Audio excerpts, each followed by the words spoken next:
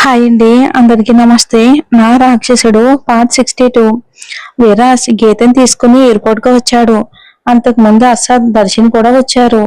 గీత రాగానే అసాద్ విరాజ్ ని చూడనట్టే చూసి గీత చెయ్యి ఒక వైపుకు పట్టుకోగానే విరాజ్ కోపంగా గీతకి ఇంకొక వైపు చెయ్యి పట్టుకుని ఆపేశాడు.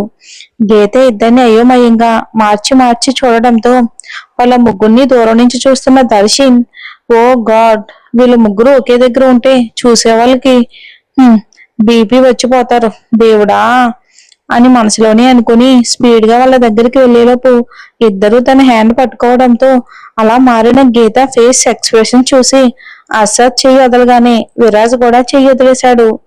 దర్శన్ కూడా అక్కడికి రావటంతో అసద్ నార్మల్ గా, ఇంత లేటుగా వచ్చావేంటమ్మా, నీ కోసం చాలా సేపటి నుండి ఎదురు చూస్తున్నాను తెలుసా అని అనగానే గీత చాలా క్యూట్ గా చెవులు పట్టుకుని, సారీ అసద్ గారు, లేట్ అయిపోయింది అని అనగానే గీత క్యూట్ క్యూట్ ఎక్స్ప్రెషన్స్ కి అసద్ ఆర్ట్ఫుల్ గా నవ్వుతూ, మరీ అంత క్యూట్ గా రిక్వెస్ట్ చేయకమ్మా, నువ్వు అంతలా రిక్వెస్ట్ చేయాల్సిన అవసరం ఏమాత్రం లేదు అని మాట్లాడుకుంటూ ఉండగానే విరాజ్ కి కంపెనీ నుంచి కాల్ రావడంతో మాట్లాడుతూ కొంచెం పక్కకు వచ్చాడు. అసద్ గీతతో మాట్లాడుతూ సడన్ గా గీతని చూస్తూ, నువ్వు హ్యాపీగా ఉన్నావు కదమ్మా అని అనగానే గీత అసద్ ప్రశ్నకి విచిత్రంగా ఫేస్ పెట్టి, అదేం ప్రశ్న అసద్ గారు, ఇప్పుడు గూగుల్లో మోస్ట్ హ్యాపీయెస్ట్ పర్సన్ అని కొడితే నా పేరే వస్తుంది తెలుసా, అంత హ్యాపీగా ఉన్నాను నేను అని తల బొంగరంలా తిప్పుతూ చెప్పడంతో గీత ఎక్స్ప్రెషన్స్ కి మాటలకి అసద్ పెద్ద పెద్దగా నవ్వుతూ కొంచెం పక్కన కాల్ మాట్లాడుతున్న మళ్ళీ విరాజ్ ని చూసి, నేను విరాజ్ తో మాట్లాడొస్తానమ్మా అని విరాజ్ దగ్గరికి వెళ్ళాడు. గీత అసద్ వెళ్ళడంతో ఇక దర్శన్ తెచ్చిన ఐస్ క్రీమ్ తో పాటు అది తెచ్చిన దర్శన్ బుర్ర కూడా తినడం మొదలు పెట్టింది తన మాటలతో. పాపం దర్శన్ గీత ప్రశ్నలకి ఆన్సర్ చెప్తూనే మరో పక్క విరాజ్ అసద్లను చూస్తూ అలా ఉండిపోయాడు ఎప్పుడు వస్తారా అని. విరాజ్ కాల్ మాట్లాడి పక్కకి తిరగగానే తన ఎదురుగా అసద్ నిలబడడంతో విరాజ్ ని చూడనట్టుగానే ముందుకు వెళ్ళిపోతూ ఉంటే అసద్ విరాజ్ ని సూటిగా చూస్తూ, నా బేబీ జాగ్రత్త విరాజ్, ఐ నో నువ్వు తన వరకు ఎలాంటి ప్రాబ్లం రానువని నాకు తెలుసు, కానీ బట్ కేర్ఫుల్ అని అనగానే విరాజ్ సీరియస్ గా, నాకు తెలుసు అని అన్నట్టు సీరియస్ గా చూడటంతో అసద్ కూడా చిన్నగా నవ్వి విరాజ్ కి దగ్గరగా వచ్చి హక్ చేసుకుని విరాజ్ కి వినిపించేలా, మరీ అంతలా సీరియస్ గా చూడకు విరాజ్, గీత మీద నాకు కూడా హక్కు ఉంది, అది నువ్వే కాదు, గీత కాదు అన్నా కానీ నేను ఒప్పుకోను వదులుకోను అని అనగానే విరాజ్ చాలా చిరాగ్గా అసద్ ని కోపంగా దూరం నెట్టేశాడు. అసద్ ఆ ఫోర్స్ కి పడిపోబోతూ ఆగిపోయి విరాజ్ ని చూస్తూ ఉండగానే విరాజ్ కోపంగా ఏదో అనేంతలోపే గీత దర్శన్ మాట్లాడుతూ అక్కడికి వస్తారు.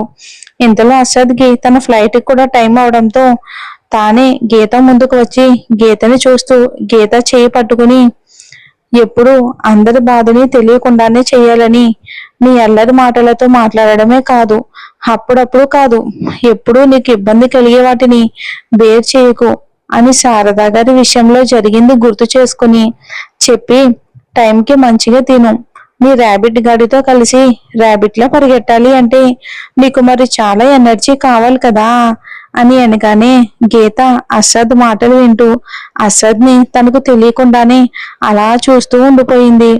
అసద్ గారు, మీరు హ్యాపీగా ఉన్నారా అంటుంది.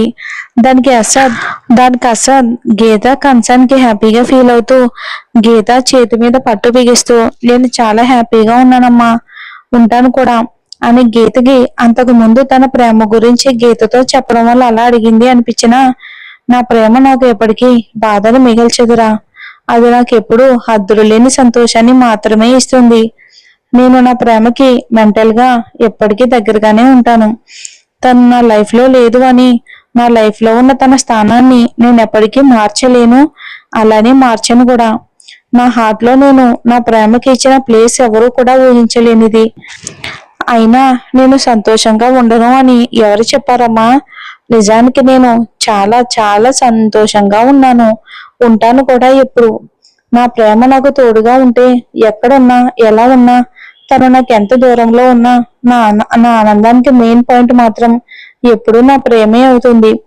నిజానికి నాకు బాధ కలిగితే ఆ బాధని మరిపించగల రూపం కూడా నాకు ఆ ప్రేమే అవుతుంది. ఇంకా అలాంటి ప్రేమ నాకు బాధను ఏ రకంగా కలిగిస్తుంది? తన మాటలే తన హ్యాపీనెస్ కి మూలం. ఇప్పుడే కాదు, ఎప్పటికీ కూడా నాకు ఆ హ్యాపీనెస్ చాలు. ఒకవేళ నా ప్రేమ ఏ రీజన్స్ వల్ల అయినా హ్యాపీగా లేకపోవటం కాదు. అలా అని నాకు చిన్న అనుమానం వచ్చినా సరే, ఏం చేసైనా సరే నా దగ్గరికి తెచ్చేసుకుంటాను నా ప్రేమని. కానీ నాకు అలాంటి అవకాశం ఎప్పటికీ రాదనుకో, ఐ నో దట్ అని అసద్ అనగానే విరాజ్ తనను మరింత సీరియస్ గా చూసిన అసద్ మాత్రం విరాజ్ చూపులు ఏ మాత్రం పట్టించుకోకుండా గీతతో అలా మాట్లాడుతూనే ఉన్నాడు. గీత ఇప్పటి వరకు అసద్ మాట్లాడిన మాటలన్నీ విని, మీ ప్రేమ చాలా గొప్పది అసద్ గారు. ఎవరు ఒప్పుకున్నా ఒప్పుకోకపోయినా మీరు గ్రేట్ లవర్.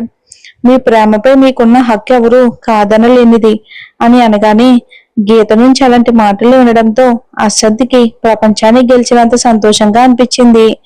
అసద్ చాలా హాయిగా నవ్వుతూ పక్కకి చూడగానే కోపంగా ఉన్న విరాజ్ మొహాన్ని చూస్తూ, నేను అదే అందరికీ చెప్తున్నానమ్మా, కానీ వాళ్ళకి నిజం తెలిసినా ఒప్పుకోవటానికి రెడీగా లేరు కొంతమంది అని గీత చూడకుండా విరాజ్ కి చిన్నగా కన్ను కొట్టగానే విరాజ్ కోపం అది చూసి ఇంకా పీక్స్ కి వెళ్ళిపోయి ముందుకు అడుగు వేసేంతలోపే మళ్ళీ ఫ్లైట్ అనౌన్స్మెంట్ వినిపించడంతో అసద్ అటువైపు ఒకసారి చూసి గీతను మరొకసారి మనస్ఫూర్తిగా చూసుకుని ఏమీ ఆలోచించకుండా గీత నుదుటి మీద ప్రేమగా ముద్దు పెట్టాడు.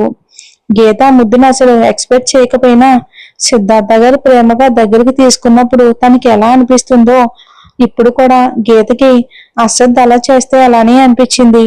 అంతకు మించిన ఎటువంటి తప్పుడు భావన ఆ ముద్దులో గీతకి మాత్రమే కాదు, అక్కడ ఉన్న విరాజ్కి కూడా కనిపించలేదు. స్వచ్ఛమైన ప్రేమ అంటే అదేనేమో. మరి ఏం జరుగుతుందో వచ్చే ఎపిసోడ్ లో చూద్దాం. ఈ రోజు చాలా చిన్న ఎపిసోడ్ వచ్చిందండి, సారీ. నెక్స్ట్ లాంగ్ ఎపిసోడ్ ఇస్తాను.